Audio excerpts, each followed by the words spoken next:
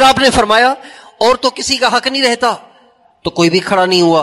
پھر آپ نے فرمایا دیکھو بھائی میرے دنیا سے جانے کا وقت قریب آ گیا ہے، کسی نے دعا کرانی ہے نا تو آج دعا بھی کرا دو،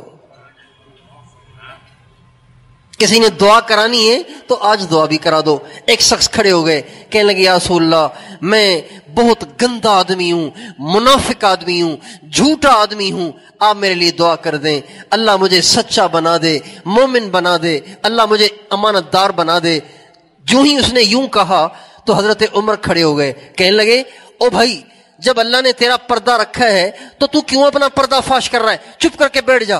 تو آپ نے حضرت عمر سے فرمایا عمر خاموش ہو جاؤ، دنیا کی رسوائی کچھ بھی نہیں ہے، اصل رسوائی تو آخرت کی ہے۔ اگر یہ مجھے اپنی اندر کی بیماریاں بتا کے لوگوں کے سامنے بظاہر رسوا ہو رہا ہے تو ہونے دو، یہ بیماریاں لے کے کوئی مر گیا تو آخرت کی رسوائی ہوگی، اس لیے دنیا کی رسوائی کچھ نہیں ہے، اصل رسوائی آخرت کی ہے۔ پھر آپ نے ان کے لیے دعا کی، اے اللہ ان کو مومن بنا، پکا مومن بنا دے، ان کو سچا بنا دے۔